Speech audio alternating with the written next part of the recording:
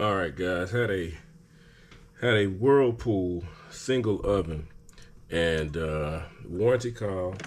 Customer complained that the oven was not heating at all. We went over there. We replaced the control board because we weren't getting power from the board down to the element. Thought it was all good, easy, cool. We got it. I got a call back like 4 days later that the oven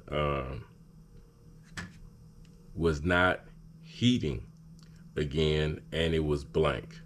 So we took over a thermal fuse because, hey, if it's blank, I know we blew the thermal fuse. Why? I was still kind of baffled, but I'm like, okay, whatever, got to figure it out. So we put the thermal fuse on, and we get the oven back up and running, but the customer states that the oven used to be a lot louder than that when it ran. So we check the fan back here, and the fan didn't turn on. We put it in diagnostic mode. The fan was, turning on and working. So the schematic was very vague, and I didn't know per the schematic or the text sheet. I pulled up the text sheet on my iPad and the one that was on the oven.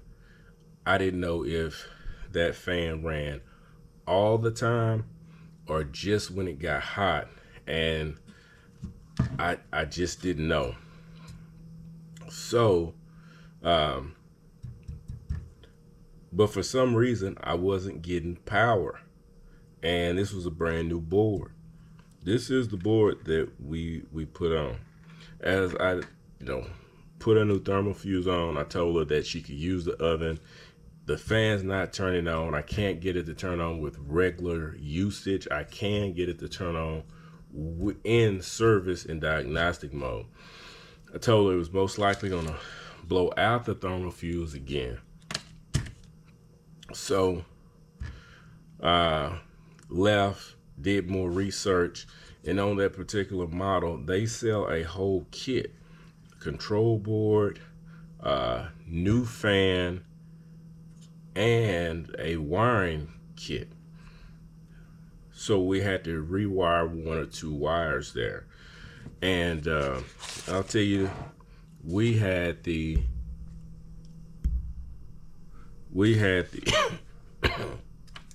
the MRC mid-range control here. So this is the schematic, or this is the diagram, the figure one here, in which we use. And this right here was the gray wire that actually came off of, they changed it from 1-speed to a 2-speed fan, and one of these broke off. But you had just 2 connectors here, and the new harness had 3 connectors. And I have a video that I'll chop in that you can see that 3 connector. So they added on a different wiring harness that we needed to pin in, and it looks like this right here. So coming off of the new heater, you had this style of fan. You had this style of connector. Cool. Pretty self-explanatory. We plugged it in, and you need to route it in a certain fashion. They also give you small zip ties to actually tie it in a specific way, and we did that. But anyway, after you install this harness on the new 2-speed fan, you're going to want to take that over and pin it. There's a silver bracket that goes right across here. It's held on by 2 bolts. You want to take that bracket off, run your wire, because I did it all backwards and I had to take everything apart. So hook it up right here, run your gray wire, not the quickest, easiest way, which is straight from here back to the control board, because it's actually going to pin right in here. What I want you to do is, while you have that bracket off with those two screws, you're going to route that back down just like it's showing you, right?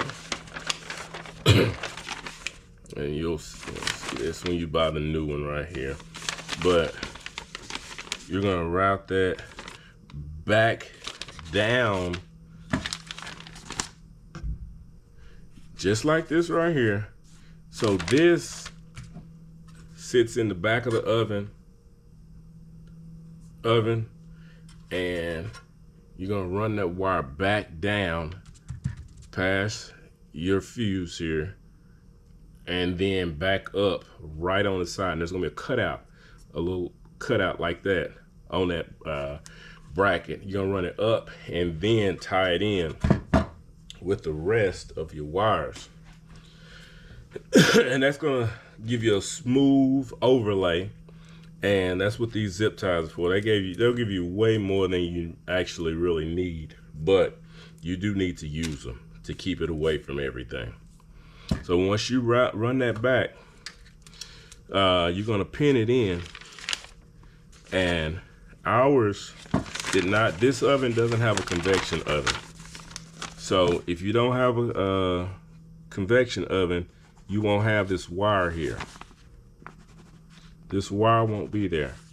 So you'll have, and when I cut the other video in, you'll look and you see you'll have these wires, and I don't remember what colors they are, but this connector is going to be blue, and it's going to connect right into here. And don't get confused, because you're going to go in pin 2, is what they say. Yeah, that's going to be, this is P5. Right here, this is P5. You see it right here. P5-2. P5-2, and you would think that it would be down here. But P5-2 is actually right here. Okay? So when you have that connector harness, make sure that you are pinning it here, because that's NC, normally closed, and there's no pin right there. So this is normally closed and there's no pin right there. So if you pin it down here, the fan isn't going to get the power that it needs. So it's going to be pinned right here if you have the mid-range control, and that's where that gray wire is going to go. Okay, that's pretty much it. If you use it without having that fan in, you're going to blow this thermal fuse most likely. So make sure you order a thermal fuse and take it with you. This is the part number W10550508 or WPW10545255. So it's not very hard. Sometimes it could look a little intimidating at first, but it's really not that bad. We got it in there. We had a little problem with her where the oven actually sits down. Whoever was in there first had that where your oven sits, it wasn't stable, so we had to work with that. But other than that, the repair itself really wasn't bad. Make sure you turn your power off. Make sure you put everything back the way it's supposed to be. Double check all your connectors when you take this control board out. On here, on your ribbon cable, this one is, you just press it in and then gently pull it out. Sometimes you have to wiggle it, but you'll be fine. All right. Other than that, this connector here, there's this lip right here. So it's hard to tell because it's such a tight fit how it actually fits in there, but you just kind of put your finger on there, pull it down, and you can kind of wiggle it out. It comes straight out, okay? Straight out. Other than that, guys, catch you on the next video.